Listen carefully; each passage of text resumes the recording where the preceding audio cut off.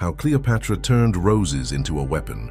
Cleopatra reaches across the banquet table and stops Mark Antony's hand. The cup is almost at his lips. Flowers drift on the wine. Around them, a royal feast has gone silent. According to an ancient Roman account, Antony is moments away from drinking poison. Cleopatra knows because she put it there. A condemned prisoner is brought into the room, ordered to drink, and dies before the guests. It is a perfect story. Beauty hiding danger, perfume masking death, a queen turning flowers into a weapon. There is only one problem. The ancient text never says those flowers were roses. To understand how roses entered the story, we have to separate two banquets that history has slowly pressed together and ask why Cleopatra understood flowers as a language of power long before anyone accused her of poisoning them. The first banquet belongs to the beginning of her alliance with Antony. In 41 BC, they met at Tarsus, in what is now southern Turkey.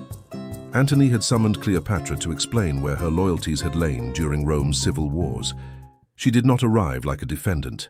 Plutarch, writing more than a century later, describes her sailing up the river Cydnus beneath purple sails, with silver oars moving to music. Incense drifted from the vessel toward the shore. People abandoned the marketplace to watch, until Antony was reportedly left waiting on his tribunal. This was theatre, but theatre with a political purpose. Cleopatra ruled a rich yet vulnerable kingdom. Antony commanded Roman armies and needed Egyptian grain, ships, and money. She could not outmatch Rome with legions. What she could do was control the encounter before negotiations began. At the banquets that followed, plants became part of that control. Athenaeus preserves an account attributed to Socrates of Rhodes. Cleopatra's dining rooms glittered with gold vessels, jewels and textiles woven in purple and gold. Guests were allowed to carry away costly couches and furnishings as gifts. Then on the fourth day, the queen supplied a talent for roses. The floors were covered to the depth of a cubit, roughly the length of a forearm, with net-like festoons spread over the petals. Imagine stepping into that room. Marble disappears beneath a red and pink surface. Each footfall bruises petals and releases more scent. The flowers are held in place, not scattered carelessly, turning the floor into something between a garden and a stage. Whether the depth was measured literally or enlarged in the retelling, the intended message is unmistakable.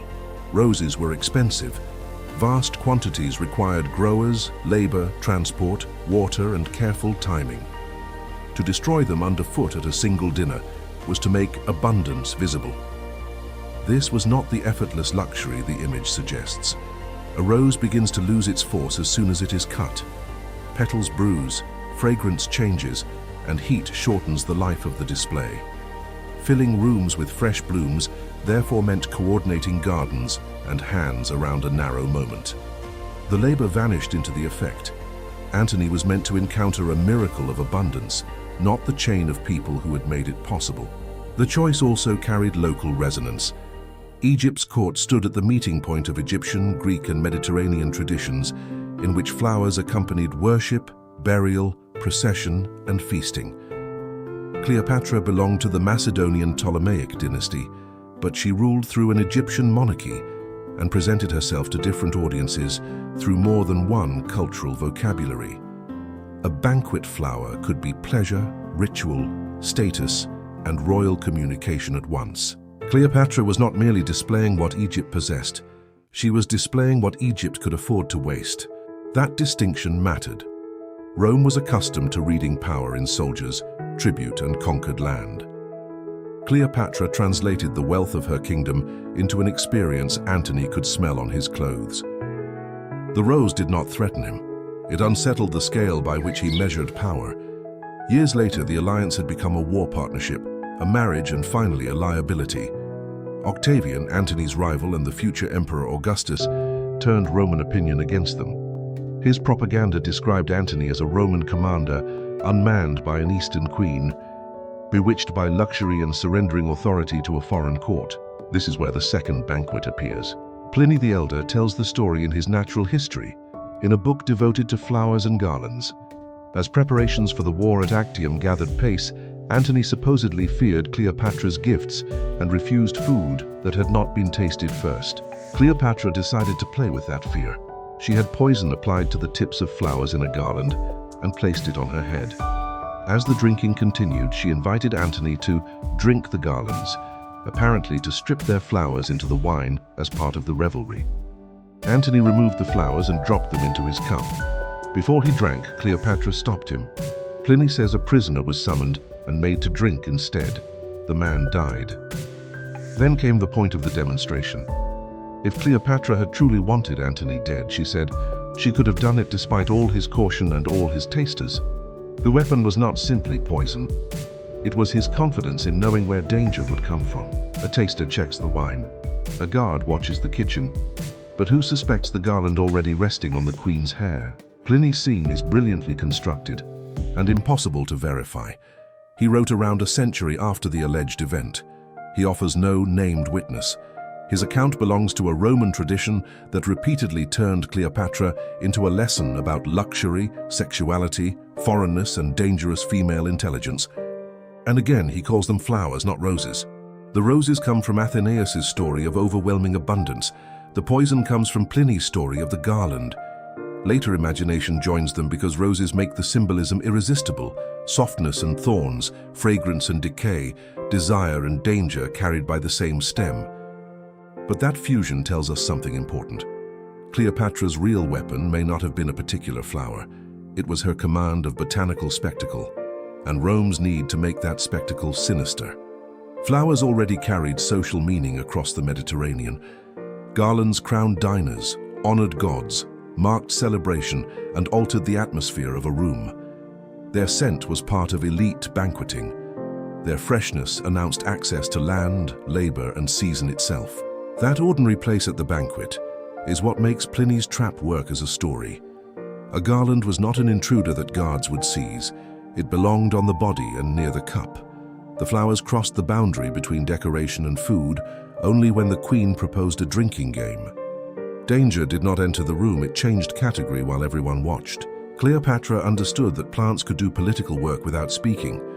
Roses could turn wealth into sensation. A garland could make trust visible.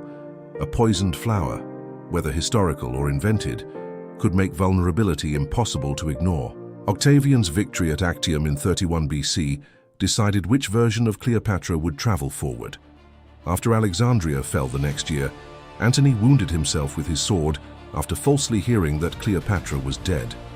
He was hauled up by ropes into the monument where she had taken refuge and died there with her. Cleopatra followed soon afterward. Even the means of her death remain uncertain. Plutarch records competing possibilities: an asp hidden among figs, a snake kept in a jar, or poison concealed in a hollow comb. He finally admits that no one knows the truth.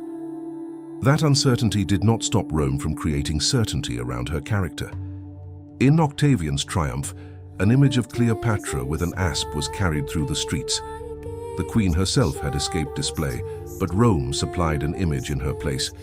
It was a final act of political theater, her body absent, her meaning controlled by the victor. The same process happened to the flowers.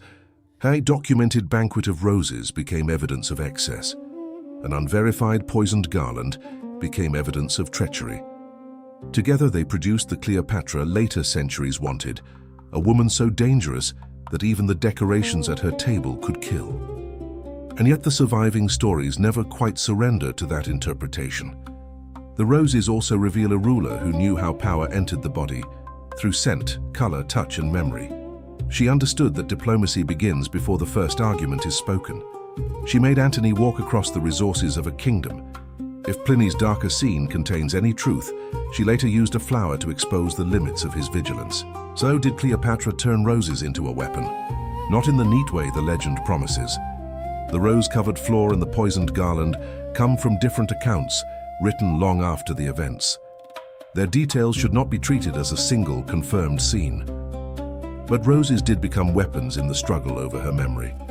In Cleopatra's banqueting hall, they projected abundance. In Roman retellings, flowers became camouflage for poison. In later art, the rose completed a portrait of beauty made lethal. Return to the cup. Antony's hand is suspended above it. The prisoner waits. A crushed garland darkens the wine. We cannot identify the flower. We cannot know whether the scene happened. We can only see how perfectly it survived, its perfume carrying one version of Cleopatra across 2,000 years, while the petals themselves disappeared. Historical notes. This documentary is based primarily on surviving ancient literary sources. Some details remain debated among historians. Until next time, stay curious and look beyond the petals.